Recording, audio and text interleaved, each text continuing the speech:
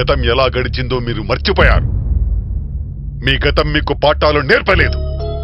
అందుకే మీ పిల్లల ఆశయాల్ని అర్థం చేసుకోకుండా వాళ్ళ నిర్ణయాల్ని తప్పుపడుతున్నారు. అది కాదు నాన్న, బాధ్యత గల ఉద్యోగంలో ఉంటూ ఓ ఎమ్మెల్యేని వాడు అధికారి ముందే కొట్టడం ఏంటి?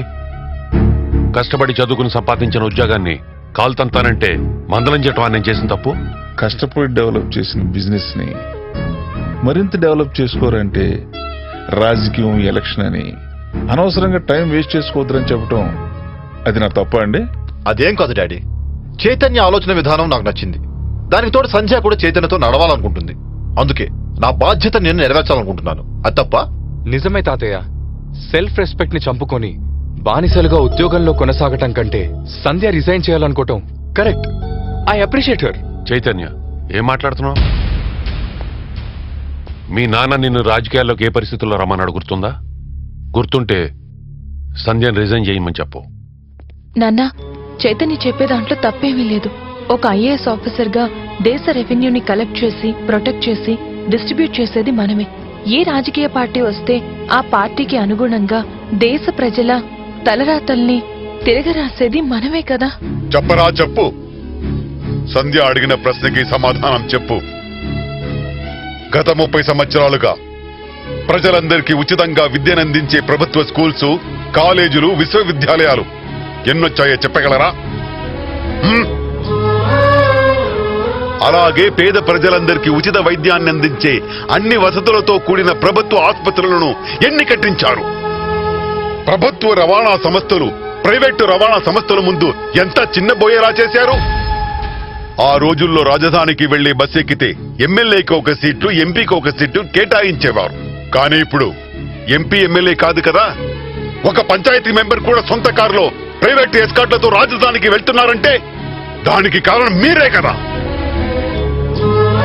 అంతెందుకు అంకుల్, ప్రైవేట్ కొరియర్ సర్వీసుల దెబ్బకి గవర్నమెంట్ పోస్ట్ ఆఫీసులు మూతపడ్డాయంటే దానికి కారణం మీరు కాదా?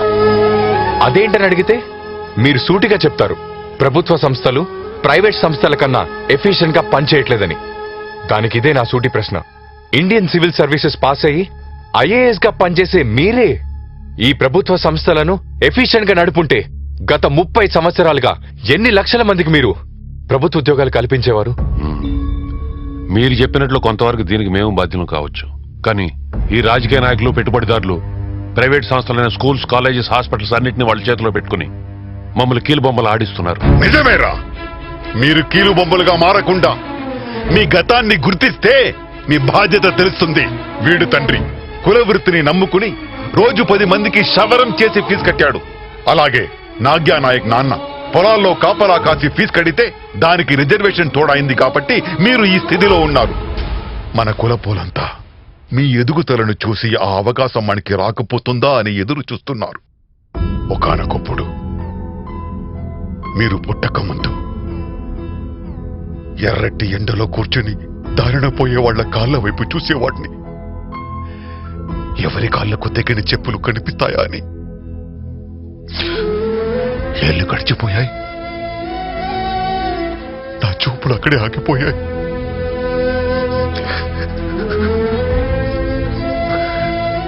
ఆ రోజు నిర్ణయించుకున్నాను, నా పిల్లలు నాలా కిందకి చూడకుండా పైకి చూడాలనుకున్నాను. మిమ్మల్ని పైకి తెచ్చాను. కానీ మీరు కిందకి చూడడం మర్చిపోయారు.